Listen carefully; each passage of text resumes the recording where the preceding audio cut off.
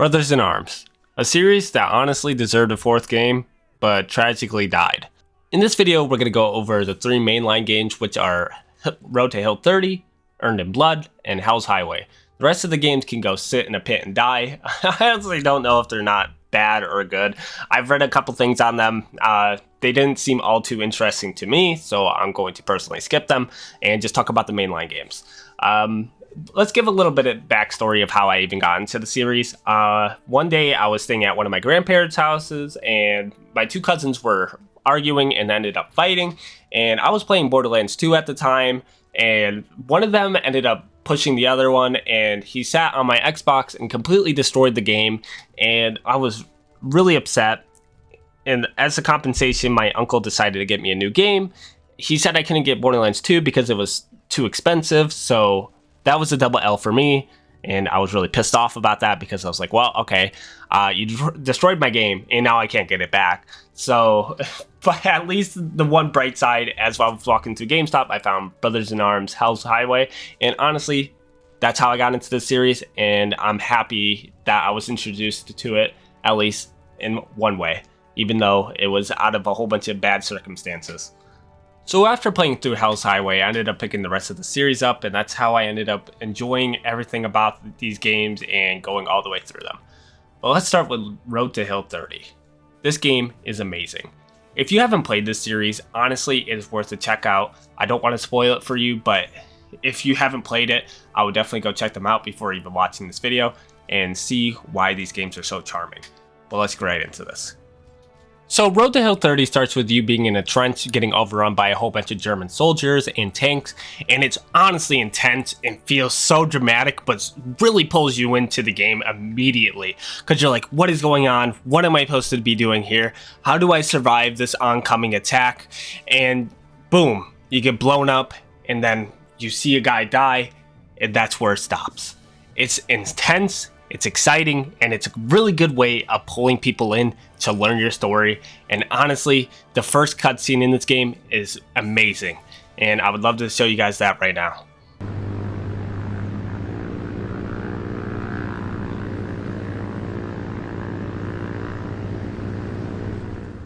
I never asked to be squad leader, but I had no choice.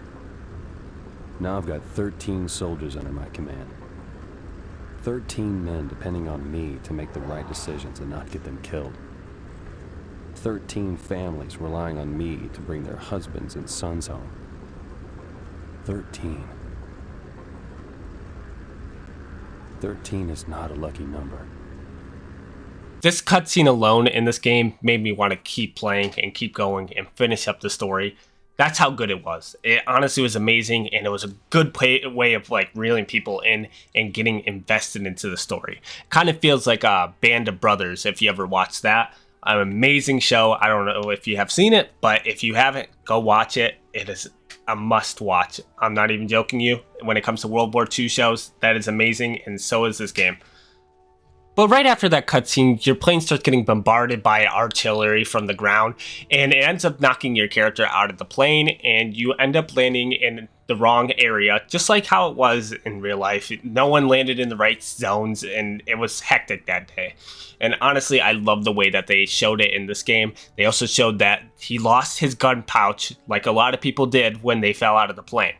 And it makes it more intense just only having a pistol running around for the first level. During this level, you actually find out how much the environment plays a role into how fun this game is. Like, you end up seeing a whole bunch of dead corpses from US soldiers that got, like, stuck in trees and all that, and it really plays into the environment and the scenery of the game, just seeing all the cannons going off in the sky and planes flying above you. It just looks amazing. These games, if they ever got a remaster, they would look beautiful, and even right now they still look great and make you like get pulled into the game, and it makes everything feel so exciting for the first time when you're going through this game, just seeing all this happening around you. The first level of the game isn't really all too much. It's more of just showing off the environment and you meeting up with a couple troops that are part of your squadron. But the second level, Silence the Guns, is where the game actually starts picking up and you finally get to see more of the combat in the game. And honestly, let's talk about that real quick. So the first thing I'm going to talk about is the situational view. Honestly, this is pretty cool. It shows your squad, it shows the enemy squads, how they're going to be doing movement, how the best way to get around them, and like use your squad members to your advantage, and pretty much what the objective is and where to find it. This isn't really all too much, at least by me. I don't see much of a purpose to it, because it doesn't really help me all too much to get an advantage over the enemies, but it's still a cool thing to have as a feature on the side for anyone that wants to check it out. The gunplay, how is that? Honestly, it's great. You would think over time this gunplay would not be all too great, but it's honestly pretty good. The only thing I have an issue with is you can't really shoot through fence pieces. Sometimes it will go through, and then other times it just does not want to shoot bullets through it, which I'm fine with. It's whatever. It doesn't really play against the game all too much, but it does get annoying at certain points in times when you're shooting at a guy that's behind a fence and you can damn well see them and you're shooting at their body, but it does no damage. But that's whatever. But aside from that, there is one other major feature to this game, and that is you get to control your squads. This game is more of a RTS plus FPS type vibe, and honestly, them throwing in you being able to control your squads is one of the most entertaining things I've seen since, back then. It sucks that we haven't gotten something like this in a long time. Like, we do have Mount and Blade and stuff, but that is more of like medieval combat. I'd love to see like a World War II shooter or even modern day shooter that kind of fits this vibe. Most of the time, stuff like this has just kind of lost its like path. There's not really that many games like it anymore, but I'd love to see this game come back just for this reason alone. And honestly, it makes the squads in the game feel a lot more like enticing. It makes you care about your squad a lot more because you are the one controlling them. You're the reason they die if anything bad happens. You're the reason that they're alive. It's like, it's awesome. Like, thinking about it that way, because then it makes you want to make certain decisions so that they don't end up getting killed. Like, you are looking out for your squad and your squad is looking out for you. You can't do most of these missions without your squad. Like, they are the prime example of how to make like RTS aspects feel more exciting and feel like you are there and you are important to this role, which I just honestly find amazing. So in this review, we're gonna go over only like the main missions that actually matter, at least that I see. Like, certain ones are kind of boring, where there's like, go take out flak cannons. It's like, whatever, like you do that in almost every mission, so it's not like anything exciting. So we're gonna just go over the main ones.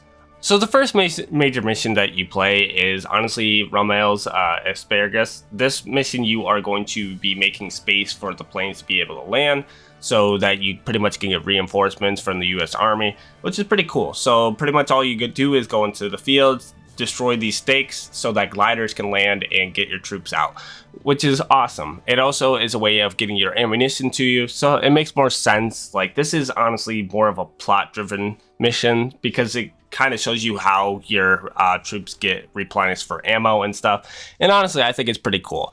The mission's not all too hard. It's honestly just playing more into like all your squads and like how to use them. And honestly, they're really fun.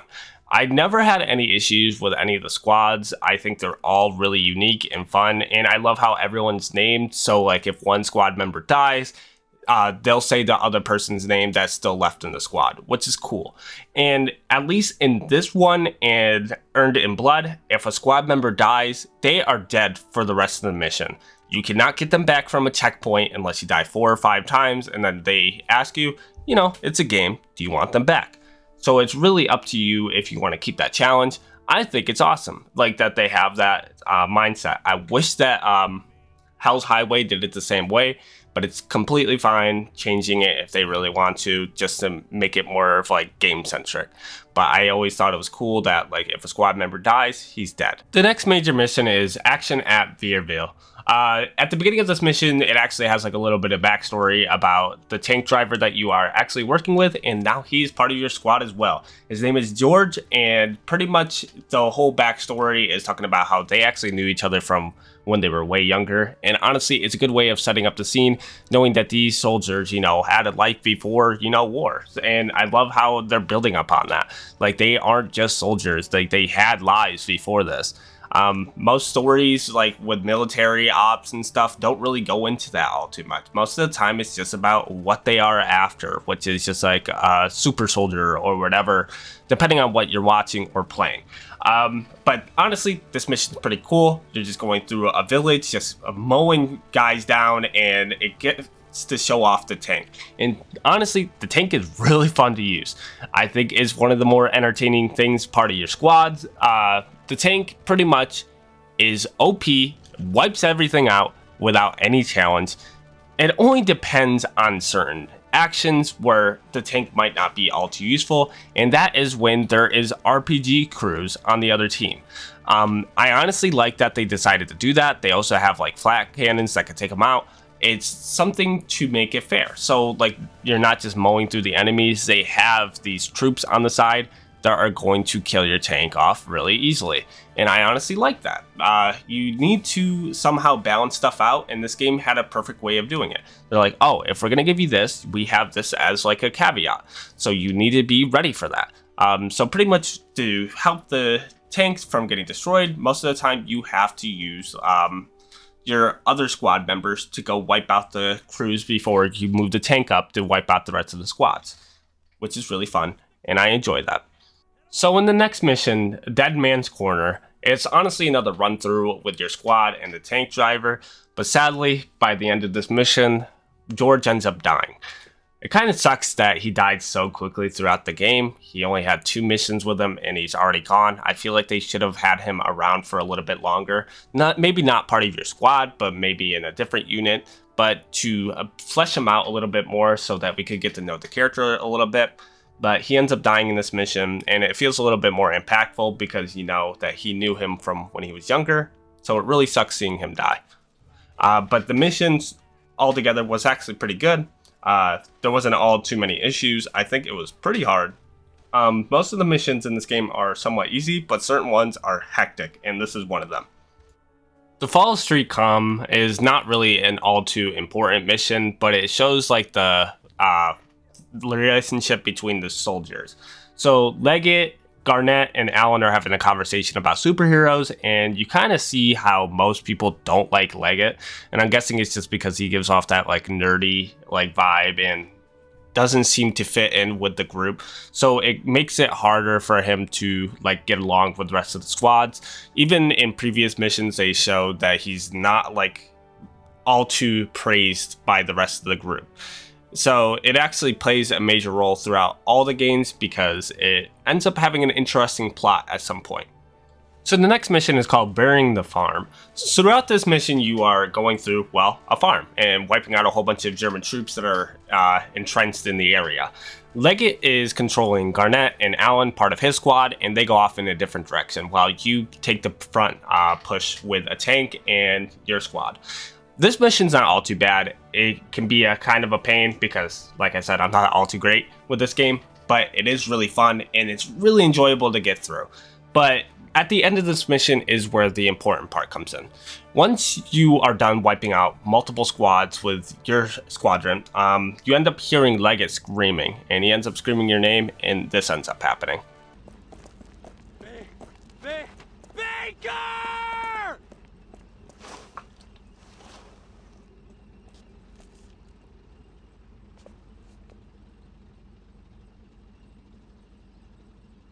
They're dead.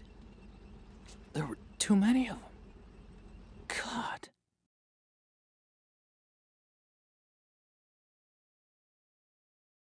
So after this cutscene, your character ends up having kind of like a mental breakdown, blaming himself for the death of both of them, Alan and Garnett. Even though Leggett was the squad leader of his squad, he felt like if he was the one controlling that squad, he would have been able to save them and keep them out of harm's way. This leads into the next mission, which is Alternate Route, and mostly at the beginning of the level, they talk about how they blame him for the deaths of both of them, and they wish they pretty much can kill him at this point. They are not on good terms with him at all. They want him dead, pretty much. Well, at the time being, they probably forgive him at some point in time, which they do throughout the games, but at the time, you know, It's just like the salt on the wound of it just all happening all at once, and he ended up being the only one to survive is really upsetting in their eyes. But then you play through alternate route. This mission's not all too bad. This leads into you blowing up a bridge so that the Germans can't follow you over and pretty much bring over supplies. If I remember correctly, that is like the mission's idea, or they can't follow. Kind of the whole thing is kind of interesting. It's somewhat fun, and it has a decent amount of talent, and I honestly enjoy it. So the next mission starts with one of your soldiers actually bleeding out on the ground. This is where you start seeing that Baker is actually starting to mentally break down. Like, he can't handle what's going on anymore. He even questions if any of them are actually going to make it home, or like what to do at this point in time. Like, he's pretty much lost all hope for like actually making it any further than they are because of like all the death around them. And the mission that you play this is called Purple Heart Lane. This mission's actually pretty fun as well. You start off with a sniper, so sniping people, honestly, in this game is so satisfying because most of the time with the rifles and stuff, it's hard to get like those good shots off, but with a sniper, you completely wipe out the enemies without any challenge. But sadly, by the end of this mission, after you do a huge push through and kill dozens of enemies while you're moving in with your squad, you end up getting to another bridge, and while you guys are crossing it slowly because there's a whole bunch of like barricades all around it, Desola sadly gets hit by an airstrike that is flying over you guys, and you end up getting knocked out, and he ends up dying during this.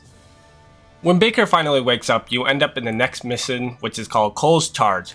Honestly, this mission isn't all too important, but you finally get to meet Colonel Cole, and honestly, this is probably my favorite mission. Honestly, it had such a good time just like running through this and killing all the enemies, and right at the beginning of the level, there ends up being like a huge smoke screen that he ends up putting out, so you can't see anything, neither can the enemies, so it's awesome like charging through the fog with your squads and just wiping out the enemy on the other side. I wish they would have done a little bit more of this throughout the game, like not just like, you know, fog and stuff, but like enemy and friendly artillery all getting like bombarded or something, or airstrikes flying by all like decent times, so you can like get more of like a war experience. Aside from just like fighting off infantry squads and stuff. But honestly, most of the time just fighting off the infantry squads are really entertaining, but it would have been exciting to see more stuff like this. It's just cool just running through the fog and just wiping out squad after squad with like another group, honestly. It feels like you're actually in a battle, like you have a whole army pushing, so it's just really exciting. So the next mission I'm going to talk about is Push into Carrington. At this point in time, you end up noticing that the troops have finally got hit by fatigue and like the stress of just losing so many members that they've like pretty much trained together with, just like losing them one by one throughout every level. You can start feeling like the way of that on like all the troops. Even your squad leader, Mac, the one that gives you the orders at the beginning of the missions that always magically disappears into who fucking knows where he goes.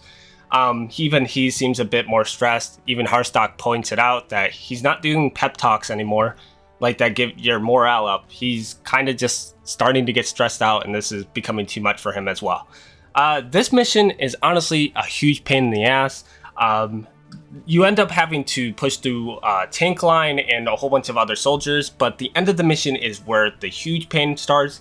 You end up having to fight like through like a huge MG squad in this one building while you're going through another building. So you're getting shot from the right while you have to deal with the people in front of you as well. So it's a huge pain, and there's a lot of people to be fighting, so it ends up getting really intense, and it honestly can be kind of annoying. But after you take out these squads, you end up seeing Matt come back, and he has the most graceful way of getting back to you.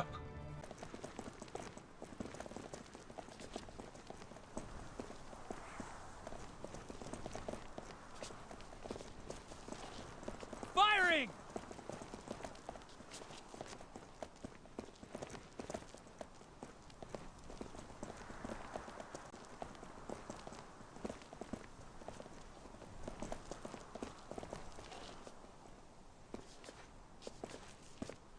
So now we're on to the second to last level.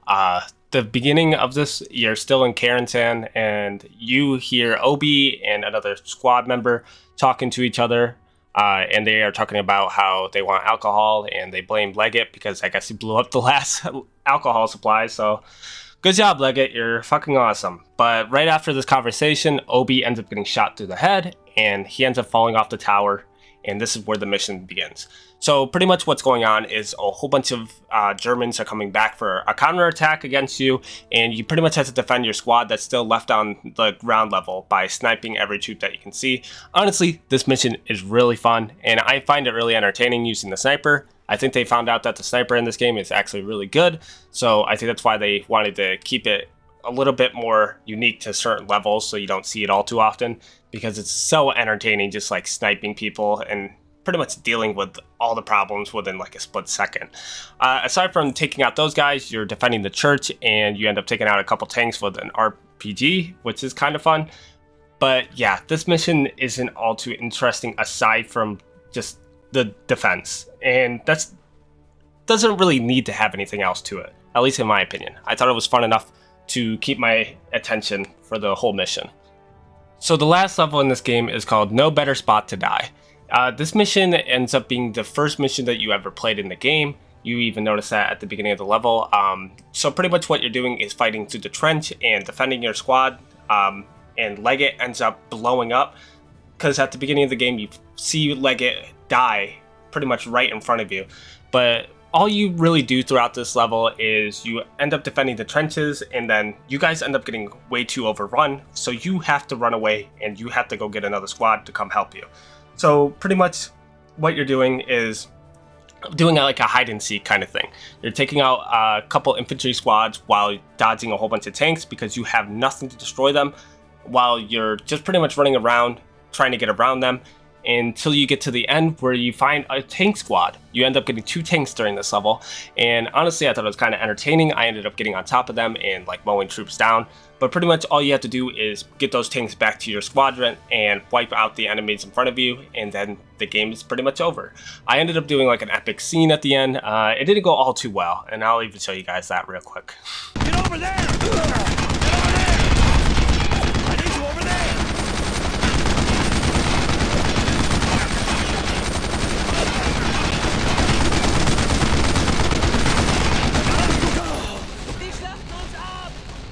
So pretty much after this, you have one last little cutscene that you get to watch. It's pretty sweet. You end up watching them bury Leggett's radio comm, which is cool because it shows that they actually still cared about him, even though they despised him at points in times. Like, they still loved him like a brother. But at the end of this game, you end up seeing Harstock get a promotion, and this actually leads into the second game, which is Earned in Blood, which we'll get into right now. Harstock ends up being the main character of this game, and Earned in Blood is actually pretty entertaining. There's one major issue I need to go over like immediately though. There is no volume button in this fucking game. So it is the loudest shit I've ever fucking heard, and it is so irritating. I get maybe it's trying to be accurate to like, you know, like how real war is, but I don't want to blow out my goddamn eardrums while I'm playing a video game. I'm playing a game because it's a game. Like, it's not supposed to be like real life. So I don't want my eardrums to be bleeding by the end of my play session. But aside from that, this game's amazing, and we'll go into that and see why it is, and like what makes this game so special compared to Road to Hill 30.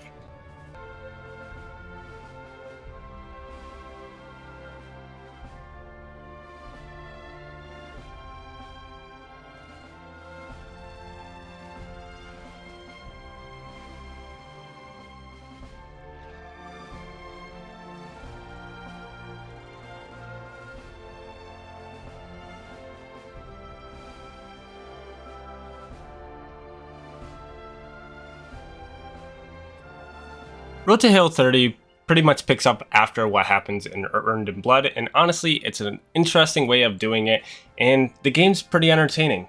The first thing that you do is you talk to one of the squad leaders, and they ask kind of what your story is and how did you end up getting to your ranking and all that. And honestly, it's a good intro, and it was really enjoyable to go through. And it goes back into the past and kind of shows why Harstock earned this position, because after Road to Hill 30, it was kind of confusing why Hardstock got a promotion, but this game goes more into that and it shows why he is in his position now. And honestly, it makes more sense after you play this game, and I couldn't see anyone else take that position aside from him.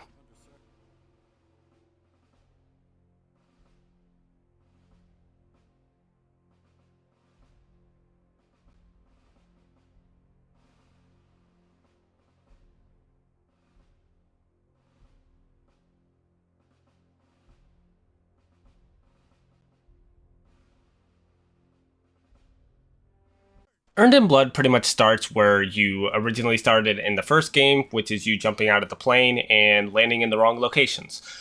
This time around, though, you can actually feel like the characters are getting a little bit more emotion to them. In the first game, it was alright, but honestly, you couldn't really tell who was who unless you were really looking at them or if they're in a cutscene. Aside from that, you're not going to notice who's part of your squad, which kind of sucked at the time, but it made sense because the game wasn't really oriented around that. But in the second game, they decided that they had more like stories to tell. So they made every character a little bit more interesting. The first two people that you meet up with one is Doyle, and he is pretty much talking about how he almost shot you guys like 2 seconds ago. But you pretty much meet up with those two squad members, and this introduces you to the RTS style again. The intro is kind of the same thing as it was in the previous game, so I'm not going to go all too into it, but it's pretty much the same type of style. Like you're just like shooting a couple of dummies and stuff, and then killing a couple squads with your new crew, and pretty much just the generic stuff for any game intro. After fighting through the night and taking out some artillery batteries, you end up heading off to the assault on Street Martin. This one, I really have to point out, usually in this game, I'm pretty sure you play through the same location 3 times, or at least it looks like a lot of asset flips, because it feels like you go to this town at least 3 times throughout the game, which is kind of crazy. I'm guessing it's supposed to show like the pushing through the enemies and the pushback, but it doesn't make for good level design, at least for me. It's good that they were able to build off the characters because of it, but at the same time, playing through the same type of levels over and over again can get a little bit tedious, mostly when there's only like 8 to 10 levels in this game. So it kind of sucks playing through stuff that you've already played before. But aside from that, the gunplay is awesome, and this level pretty much lets you see that. And it plays into like how the MGs and stuff work in this level, and you know, it's like the previous game. The gunplay in this game just feels amazing, and honestly, there's not really many issues with it. It just feels a little bit more refined in this one, and so do the squads. They seem a little bit smarter than they were in the first game, because most of the time they run out and get themselves killed a lot faster, but in this one, I had a much easier time of keeping my squad alive, so that is a good plus for me. In the next level, you and Baker's squad start pushing through. The mission is called 3 Patrol Action, and you're just pretty much pushing through a little farm area, just wiping out the squads. This one isn't all too interesting, but it is interesting in one aspect. Desola died in the first game, so it's interesting to be able to see him in this one. It's awesome to see like characters that have died, being able to get them fleshed out a little bit more, because certain characters that did die in the first game, it's hard to care about them, mostly just because you didn't really get to know them that well. So this was a great way of doing it, is having them in this game. The one other thing I forgot to say about the combat, though, is there is ammo pouches you can get from your squad members as well. I think that is a unique thing to add to the game, and I actually really like that. It's nothing big or very important. Most of the time you don't run out of ammo, but it's just something nice on the side to actually happen. But you are tasked to find Desola because Baker lost him. I don't know how the hell he did that. He became the new Mac, where he just runs off with one other person. So when he gets lost, pretty much all you're doing is trying to go and find him, because he got lost between a whole bunch of German patrols, and you end up finding him in pretty much a pile of shit, and you save his life. So the next main mission that we should really talk about, I'm not even going to try to say the name, it's the night mission. The night mission is kind of interesting because it goes into what Hardstock feels like with all the deaths that happen.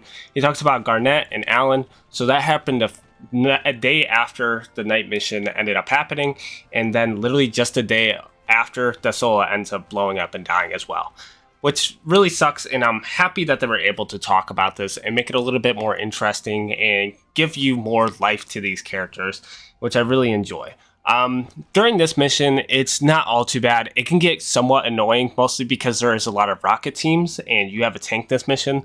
So you're trying to get that tank all the way to the end zone, but most of the time it's really hard and it feels like there's a little too many rocket teams in the game. But once you are able to push through, it ends up becoming a breeze depending on how you take the advantage against the enemy. But most of the time, you're going to have a hard time. At least I did. But it ends up being a somewhat fun mission once you actually can get through it.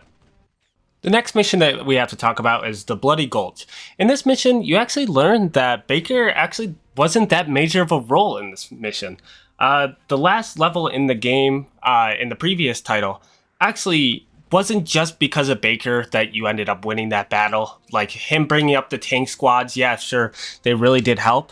But you actually find out at this point in time that Red and a small squad end up heading off to the left flank and end up taking out a whole bunch of tank teams and stuff as a squad. And it's really interesting. I like the idea that Baker isn't this demigod or god in general, and what he's pretty much portrayed in the original games, but he's actually just another soldier. And like all these other dudes are putting in as much effort as he is. And I think that's what they're trying to convey, being like, yeah, sure, Baker is a great leader and stuff, but these other soldiers that are with him are just as important as him. And I really like that. Like, most games won't go into that. Like when you're playing like Halo or something, a Marine under you isn't going to do anything. There's only been one Marine that has ever been on par, and that's pretty much it. But it's just like one of those stories where the little guy can just be as good as the one in the front, and I really enjoy that. Aside from that, this mission's actually pretty good. It's, pretty much the original map, but a little bit more expanded to the left. And the one other thing I do want to talk about, with this game, in the original, the missions are like 1 to 5 minutes. Well, not 1 to 5, but like 5 to 10 minutes, you would say around.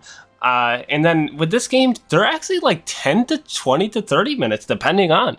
And I really like that, that there's a little bit more fleshed out to it, because then they can make the missions more exciting and a lot more interesting depending on what they want to do.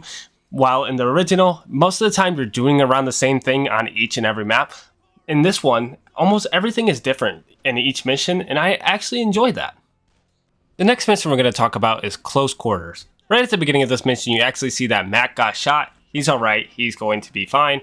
But this mission, honestly, I really only want to talk about it just because of the environment.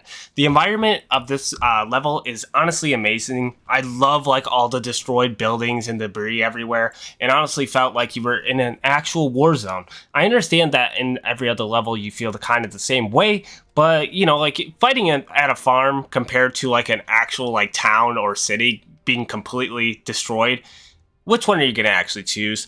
Most of the time, I'm going to choose the destroyed city just because it looks cool for the atmosphere. It's awesome just like going through like a whole bunch of destroyed buildings and fighting people that are like hiding in these destroyed structures or built up makeshift like barricades and stuff from debris and stuff. It just looks really cool. And honestly, it's one of the more entertaining missions that I played in this game. It's just the run of the mill of like what you're really doing in most of these missions, where you kind of just run around with your squad, wipe out some enemies, and get to the end.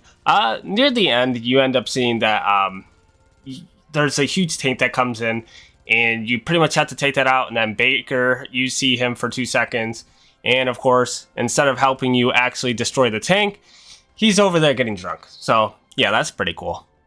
The next mission is the Battle of Butt.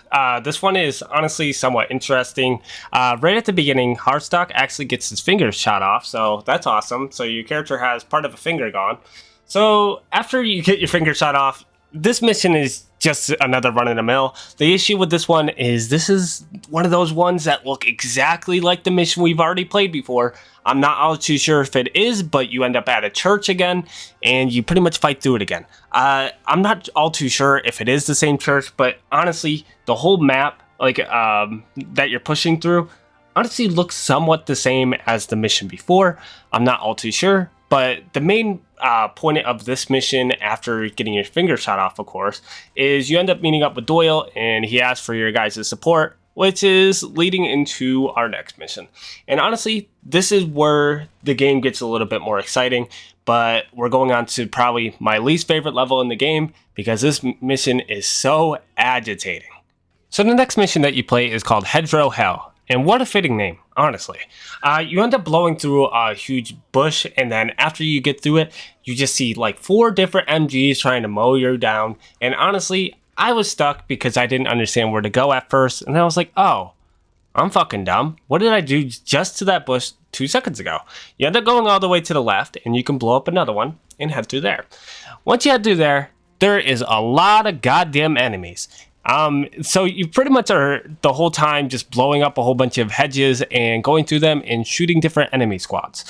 It's not all too bad as like how I'm explaining it, but the issue is there's this one MG that kept killing me because there's like a vehicle that can drive around. So it kept driving up to me after, like, without even seeing me half the time either.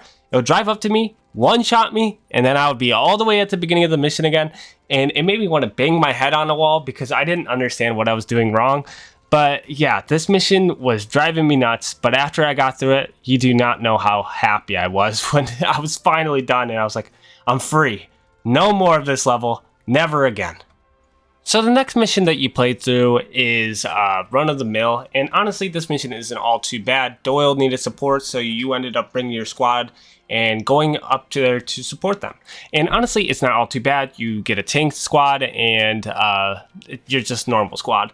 My favorite part of this mission, honestly, is that there is a scoped machine gun that one of the Germans have, and I was absolutely annihilating enemies with that. That thing is so satisfying to use. But while you're running through just mowing down enemies, you can take out a whole bunch of 88s to get your tank to go through. The mission isn't all too bad. It's actually pretty easy until one part. So after a decent time of like pushing through the town and having a somewhat easy time, honestly, it wasn't all too bad. Your tank ends up getting blown the hell up by another 88, and you had to push through this like I guess like swampish type area, trying to get through it and getting over to the other side to destroy the 88. The enemies couldn't keep up with like trying to shoot me, so I just kind of ran all the way over to the 88, put a bomb on it and blew it up, and it pretty much ended the mission immediately.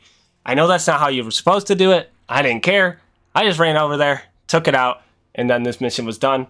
But before we head off, Doyle ends up stopping us and he says, "We need you." And this leads into the last 2 missions of the game. So these missions are called the All-American. I'm just going to go over both of them together because they're kind of the same thing. Yeah, well, because, you know, they're part of the same plot. But pretty much what you're doing is you're pushing to another city. Doyle needs your support. And your character, of course, is obliges to it because you guys have fought together before. So you guys end up heading off into the city, and it's an absolute shit show. Everything's destroyed. There's so many goddamn Germans. There is like almost no hope to actually win this mission, and I think that's what makes it more exciting, honestly, in my opinion, because, you know, you're pretty much fighting for your life throughout this whole mission, and it's really hard to keep your squad alive in this one. Like, I was having a terrible time trying to keep people alive, but I think that's what makes it more fun. There's tanks everywhere. There's troops everywhere. It's like, what are you supposed to do with all these, like, relentless attacks? But anyways, after you get through a decent amount of the city, you end up meeting up with Doyle's squad again, and sadly, right here is where one of the worst things happen. Over there! I really don't think we should stay here! Alright, well who's going left this time? Shit! Shit!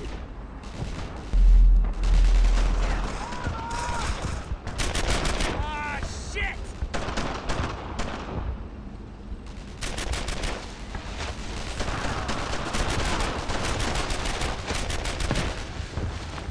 We're out in the open, man!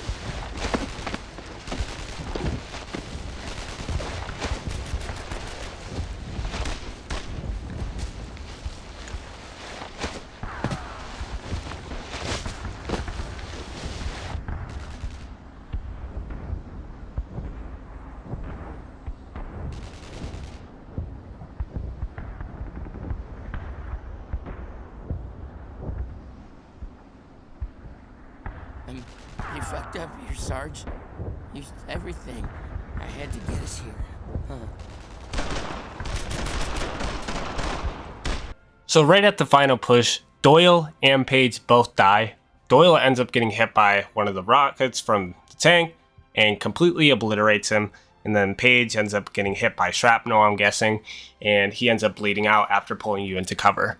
So pretty much right after this, you end up going out and taking out those tanks, and then the game's over. It's honestly an interesting way of ending the game. It did go a little bit into it, talking about how Red always thought that he was going to be able to do this, and he thought that Baker would fail, but now that he failed, he feels like he did the wrong decision, which is interesting. I honestly like that. He ends up saying he finally understands how it is to run a squad and like what the sacrifices that you have to make are. And after that, your general pretty much tells you you did a great job, and you should be proud of yourself. And he talks a bit about more about Doyle and about how he went over his history and stuff. And it's a great way of doing it because then at least we get a little bit more personality to the character that just died. And I honestly like that. But that pretty much wraps up Earned in Blood. And honestly, it's a great checkout. I was a little bit iffy with the levels compared to Road to Hill 30. I thought that did it a lot better. Except for like the scenery and stuff, I thought this game did it 10 times better than that. But the only other issue I had with this game is you need to add an audio thing. Even now, like, just give the game like a 2 megabyte update to add like an audio control so I can turn the goddamn game down. Because it is so fucking loud. I'm not going to blow your eardrums out to show you that, but yeah. But let's get right into Hell's Highway. And I honestly, before we get into this, I know a lot of people don't really like Hell's Highway as much as the other two, but I'm pretty sure this might be my personal favorite, but that might just be because it was my first one.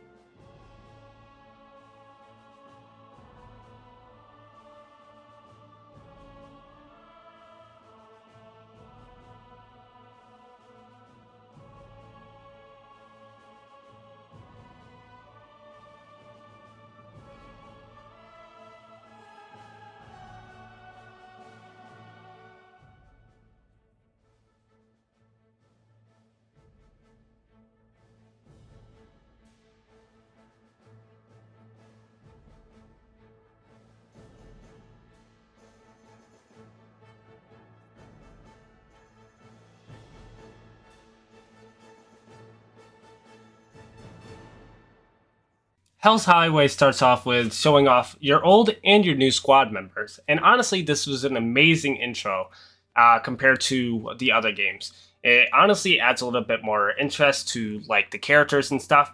Like I said, the second one started building up on that, but I think Hell's Highway did the best with it.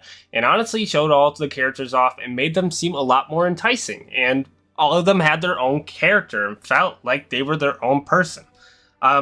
The first game didn't have a great way of doing that. The second game was starting to build upon that. And then the third game just got it just right. It made everyone feel unique and you could tell who was who. And that made it so much more interesting. Now, don't get me wrong. Some of the characters still feel like they needed a bit more time to get fleshed out or a little bit more time in an oven. But aside from that, it was honestly a great intro. You get introduced to 2 new squad members, and a guy named Frankie is one of them, and he is one of the more main characters. I forget who the other one is, but he's like a conspiracy theorist guy, and he's not all too bad. I don't really like him as much as Frankie, but yeah, those are the 2 new members of the squad, and I honestly like both of them. When you get into the game, though, the first mission that you actually do get to play, it's so crazy to me. Right off the bat, you end up going through an asylum after seeing one of your squad members dead. And after this, you actually get to see Baker pretty much presumed to be getting shot. Yeah, this game has a much more insane intro and honestly was a great way of introducing people to the series, and I honestly liked it. Now, here comes the one thing that is very controversial for a lot of people. It's the third person when you go into cover. I personally like it. I honestly think it's 10 times better than the first person view, just for one thing and one thing only. It's the army command. Like when you're commanding an army like in first person, it can be somewhat annoying having to turn your screen while you're in combat. But now you can go into cover and it zooms out a bit more and you get to pretty much choose the spot, like point direct as best as possible. And I honestly like that. I know a lot of people won't like it because of that, but that was one of my personal favorite things. The only other thing that they kind of added, which I can agree is pretty annoying, is when you get a headshot kill, you get like this special little unique thing where it shows slow-mo of them getting shot in the head. It's cool for the first time, and then after that, it gets pretty fucking annoying. Anytime you hit a headshot, you get like a slow-mo shot. But aside from that, it wasn't all too bad. The only other things that they really added were collectibles and stuff. Who cares about that type of stuff? I personally don't. It's something that the game really didn't need, but they decided they wanted to add them. It's a cool Easter egg, I guess. Like the Kilroy thing is an actual thing that they used to put back in World War II. So I guess I was fine with that. But let's get into the missions. The first mission is, just a basic tutorial, running through and just killing squads and showing how to control your squad. Honestly, it's just another run-of-the-mill, just like the original games, first mission. And honestly, it's not all too bad. I like the new squad members, and to be honest, everything feels 10 times more fluid. And that's one thing I'm very happy about. Everything just feels 10 times better than they did it in the original games. And that's a great thing to see when it comes to these games. Like I said, I know a lot of people aren't going to be happy about the third person point of view, but personally, I was fine with it as long as the game works right, and it seems like it does. So the only other noteworthy things throughout the first mission is you end up meeting a French dude, and he's pretty much doing espionage for you. He tells you about German positions and stuff, and I honestly like that. I think it's an interesting way of adding to the game. But aside from that, you end up going through the town, and you end up at a church. And this is where the game starts getting a little bit weird. You actually find out that Baker is going through like really bad traumatic PTSD.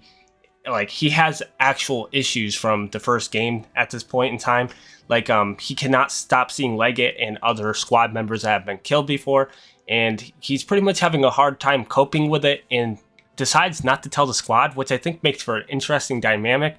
While he's like going through like this like crazy thing for him, he just doesn't want to share it with the squad to stress them out. Sorry, I got the first mission mixed up with Chapter 5. The missions in this game are stupid short, and I mean stupid short compared to like the original. Like some of them are like 2 to 3 minutes long, some are like 5 to 10, so that's not all too bad. But it's honestly amazing how fast some of these missions will go. So I ended up getting mixed up a little bit, but once you're pretty much near the end of this mission, there is a lot of new interesting stuff that happens in this game.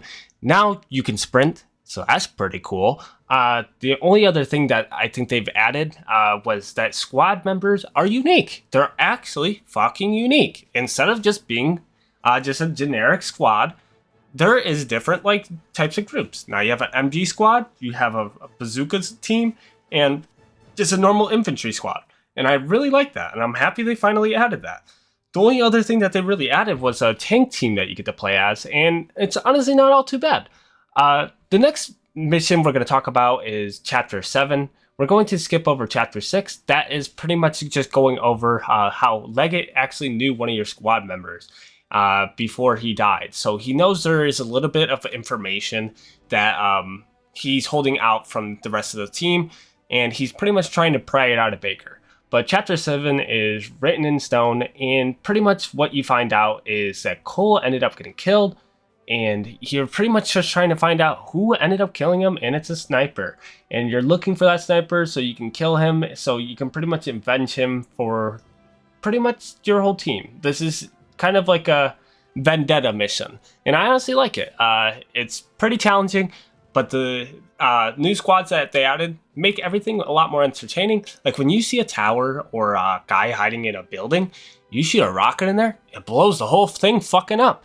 It looks awesome. It honestly is like some of the coolest shit I've seen in a long while. Like, I forgot how cool some of these missions are. Like, games nowadays, when you shoot a rocket into it, like into a building, it's not gonna do any damage. It's just gonna look like the building didn't take any damage. Remember when Battlefield used to do that? Like, where you could actually see buildings get taken down? This is like prime gaming back in the day. It's really cool to see this type of stuff. I know it's not really important, but it's just still cool. Sorry for bickering about it, but I honestly wanted to point it out. But yeah, aside from that, the written in stone missions, not all too bad. You at the end of this mission, you actually find out the French dude that you've been helping, his son ran off, so now you actually have to go find him because who knows where he actually ran off to. And I don't know how the fuck you lose your son and how your son ends up with a Glock and he starts mowing down Germans, but go off, I guess. So the next mission is called Operation Garden. This one is actually pretty fun. You meet up with the British tank team and he's British. But aside from that, you actually go through a building or abandoned warehouse and you wipe out a whole bunch of German troops. Honestly, this mission is pretty goddamn entertaining. I always loved the like close quarter combat in this game. It was a lot more exciting than sitting in like a farm area and stuff. And I feel like they've finally found that out, is that like, you know, like the farm missions aren't all too bad, but it's nice to see like actual cities and stuff being in the battles. It makes the game a lot more enticing and a lot more entertaining to see all this stuff. But while you're pushing through the buildings and you wipe out a whole bunch of enemies, you end up getting to the top of the building.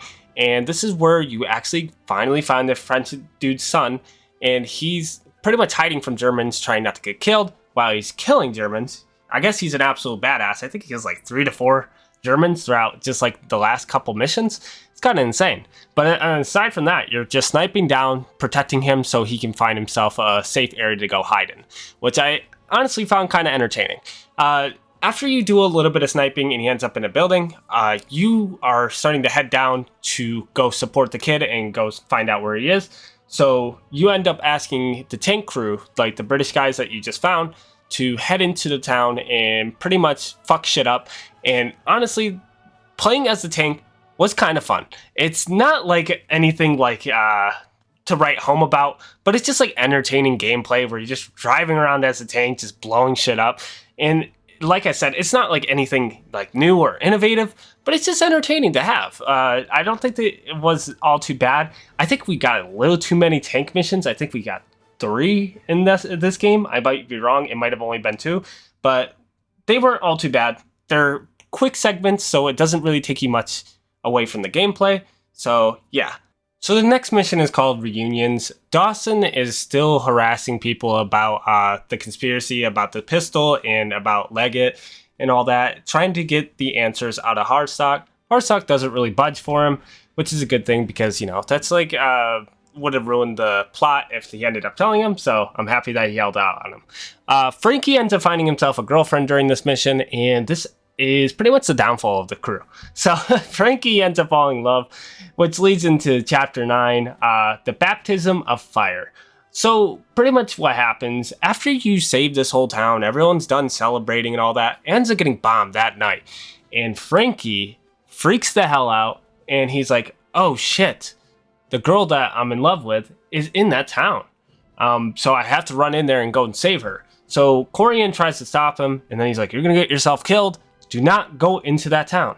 You know what he did instead? He went right into the fucking town where there's like thousands of soldiers and bombs going off every 2 seconds. During this mission, you're pretty much just running through a whole destroyed city while trying to catch up with fucking Frankie because his stupid ass is too far in love and he is always a little bit faster than you, so don't even try to catch up with him. So that part pretty much sucks as well.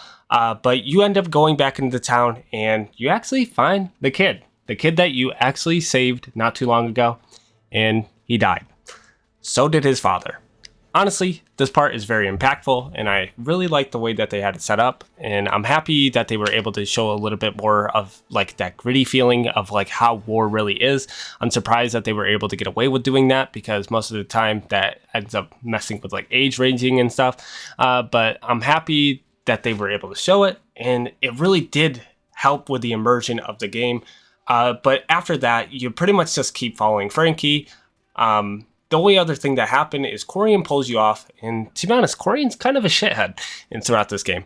He's just kind of an asshole altogether. But he ends up pulling you off the little kid because you're pretty much grieving because you just saved him, and then he gets killed. And it kind of makes you feel like it's your fault for even going into that town and taking it over, because now all those people are dead because of you, in a way. But aside from that, you end up heading to the asylum, and you end up seeing the girl that Frankie was trying to save get mowed the fuck down. So nice job, Frankie. You got her killed as well. But this leads into the mission, the rabbit hole. This mission's not all too bad. It's just you going to the asylum trying to find Frankie, and this is pretty much what happens to Frankie. Sorry, Sarge. Don't be sorry. You did good. Did she get out okay? Yeah. Yeah, she's fine. Liar.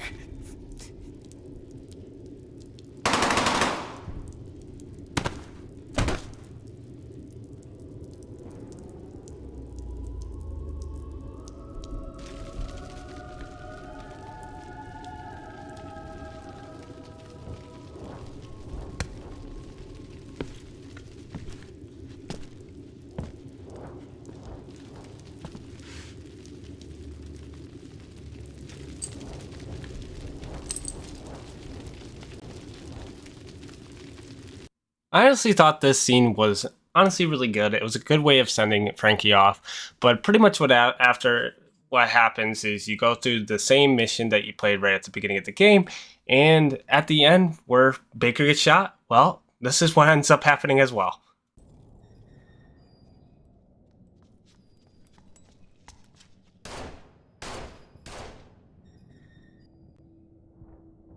There's no one there, Matt.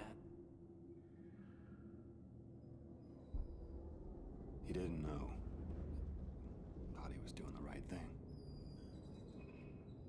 We would be better men to respect that. Yeah, but I still died. Yeah.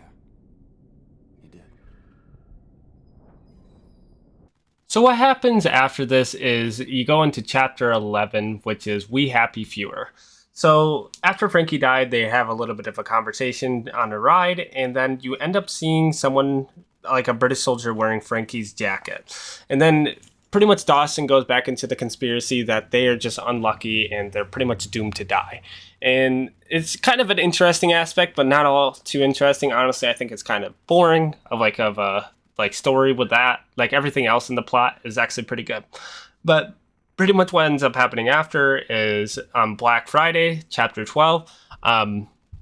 Red ends up talking about you a little bit, and he says he thinks you have a lot of issues and like your PTSD is starting to get to you. At the time, they didn't really understand PTSD, so they didn't know how to like word it that well. So they were just like, there's something wrong with him. We don't really know what it is. He just has like an issue, and it's starting to get to him. But this mission's honestly pretty good. It's just you going through a city, just mowing down troops, and then you have a little bit of more of a tank segment. This is the second time you actually get to drive the tanks, and this is what I mean by it gets a little too excessive with like the tanks. The game's more of like the RTS, and that's what I found the most entertaining. So seeing so many tank missions is kind of iffy or kind of whatever to me. But pretty much at the end of this mission, you end up having a conversation with him, and then this happens.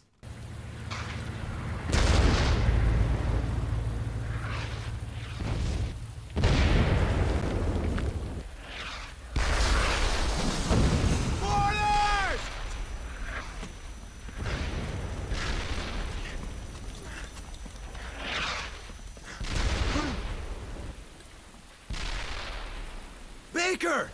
Oh, fuck. Baker, your face! We're getting you out of here! Red. Where's Red? Don't talk! Put him down! Put him down, here! Is he okay? Just put him down! Look at me, Friar. Come on, man. You're tougher than this. Look at me!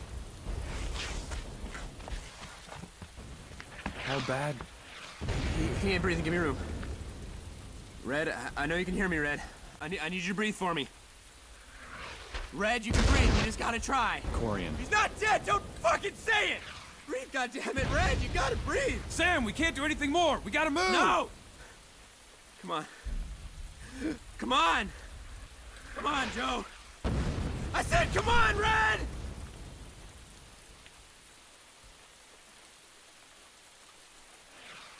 This scene, when I first seen it, was insane. So pretty much what happens is Red is taken out and pretty much has to go to the hospital, and then we have to find out if he ends up being alright or not.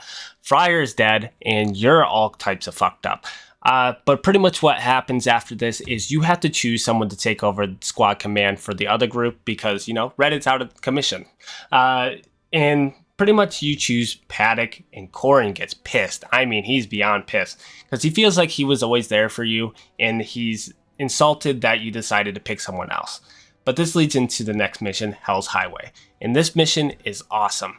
Right off the bat, Corian ends up getting shot, so it's pretty much like assault on the wound. Like, you already were off on bad terms with him, but he ends up getting shot in the back right at the beginning of this mission. So it's pretty much a metaphor in a kind of a way. Like, he felt like he got stabbed in the back, and then he ended up getting shot in the back. So it's kind of like an interesting like play on it. I'm not sure if that's what they were going for, but that makes sense to me.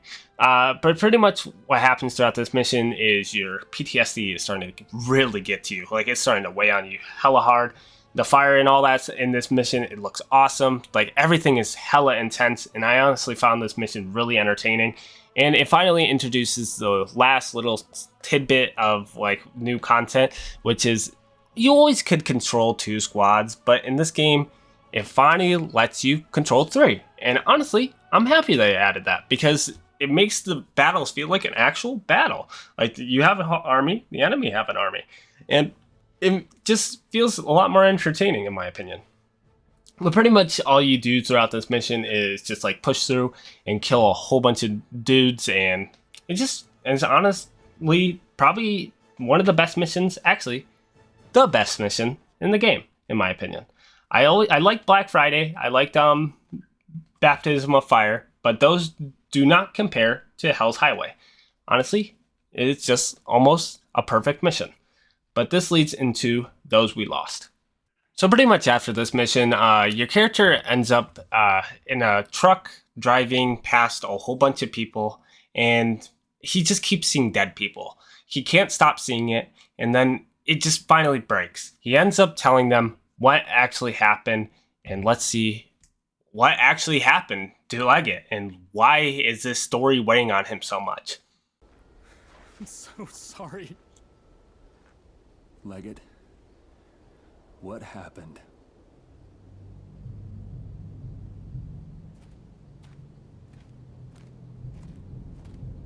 This is stupid. We should head back. Which way is back at this point? The direction your back is facing? Max said, Jesus, Legs! Are you and Mac married? Do you share a cottage in the summer? Here it comes. Everyone gather around for some macho bullshit. Guys! You know what your problem is, Leggett? You! It's you!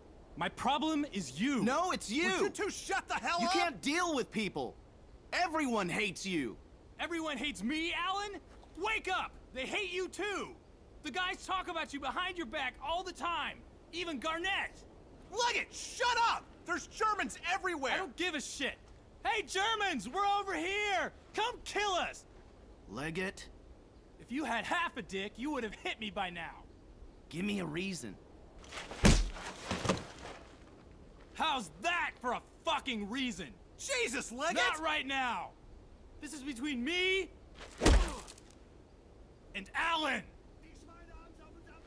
Shit! Leggett! Alan! Get the fuck... No! Ah!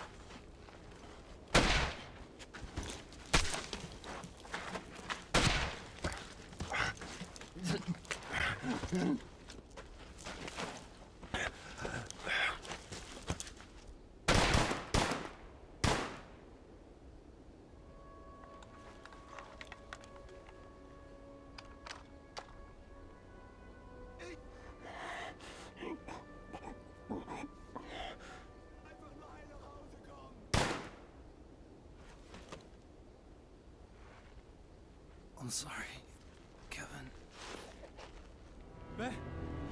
Baker! Leggett, don't ever tell anyone what you just told me. Why? Because they'll kill you.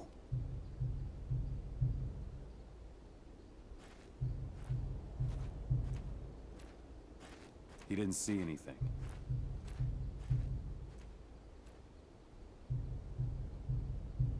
Wow, it's honestly insane how they had this plot set up so well. Honestly, I enjoyed it a lot. It shows that Leggett was just very incompetent and he ended up just freezing. He didn't know what to do. A lot of people do that, and that's just like a natural thing to happen. So he ended up going in shock and just ended up watching both of them die, and he didn't know how to react to it. But it is interesting to see that Baker pretty much has hid it from the rest of the squad. And I understand it in a way, but I also don't at the same time. Yeah, sure. It might have saved him for the time, but at some point, this information should have came out and been told to the squad. I understand he didn't want to let them see him in a bad light, but at the same time, this is information that was needed for these people to understand what truly happened. And instead of just like thinking like a whole different story. But in the next mission, you fight in tooth and nail. This mission's honestly not very important. For a last mission in the game, you'd think it would be a lot more important to the story or anything. Not really. You end up running around with your 3 squads like usual, and you just kill a whole bunch of Germans. Aside from that, my fucking tank decided to do some wheelies and shit, so that was pretty cool. It just kept jumping back up onto its hind legs and just like driving around like that, and honestly it was pretty badass. Personally, if I was a German, I'd be fucking running if I seen that shit. But it ends up leading into farewell is goodbye, and this is alright. It's an okay ending. So pretty much what happens is you find out Red is alive. Red is crippled though, so he has to be sent home. You end up telling him, and he's hella upset. Corian, he survived as well. Even though he got shot in the back, he was completely okay. So he's going to be joining back up in squads, but not on your group. He said he's not going to fight for you anymore. But pretty much at the end of the game, you like it, you see him one last time, and he says, I hope you're ready for some snow. Which is fucking awesome, because that means they were setting up for Battle of the Bulge. We never got it. What the fuck? But he has one last little speech, and Corian's like, I'm a head out. And then he leaves. And pretty much that's how the game ends. I honestly feel like we could always get a 4th game for this, because there is some stuff that is waiting for it. Like, we really need to see the ending of Baker. At least see the Battle of the Bulge and see if he ends up dying there. I'm fine with the story ending after that. I just want to see what happens with these characters. Like, I just don't like how it just ended right there. And now we're just stuck in this, like, delusion of, like, what ends up happening? Where did they go? What is up with their squad? What are they doing? Instead, they made some knockoff games that no one wants to play. So we never really got to see exactly what ended up happening. But yeah, I'm really hoping that we end up getting a 4th game. It would be awesome to see that. And plus the graphics at this point would look fucking awesome. And like, I feel like the gameplay could also get fleshed out a little bit more. I think the 3rd game was starting to get there. It just needed to remove some of the dramatic shit, like the slow-mo headshots and stuff. Aside from that, the game was pretty good. And then everything else, honestly, just tweak it a little bit and make it a little bit more interesting. Like the AI for the enemy combat, they could have them push up a little bit more instead of always hiding behind the same cover. So if you played the games before, you already know where they're going to go, so maybe updating it a little bit more will make it a lot more interesting. But aside from that, I feel like that's all we really need. We don't need a game after that, we just need something to wrap this up. And maybe a rematch would be kind of cool for this. But yeah, let me know your guys' thoughts down in the comments down below if we really should finish up the series, or should we kind of like leave it alone and let it stay where it is, because I understand people are a little bit more concerned with like games coming out nowadays, most of the time because they always end up ruining series, but honestly, I would love to see it, and I don't really think Gearbox is a bad studio. I think they can do it. The Borderlands games have kind of dwindled in a bit of popularity, and like for gameplay wise, it's just not as fun as it used to be. So it'd be a nice switch up for not only the studio, but for fans of the old series to actually get something new. But yeah, if you guys enjoy the content, make sure to leave a like and a sub. If you have any suggestions for anything else to check out, make sure to leave them down in the comments down below. I'm thinking Gears might be next, or Fable, one or the other. After that Xbox showcase, I'm really interested in going and checking out those old series again and seeing kind of how they built up themselves and seeing how they are now. But yeah, I'll see you guys next time. See ya.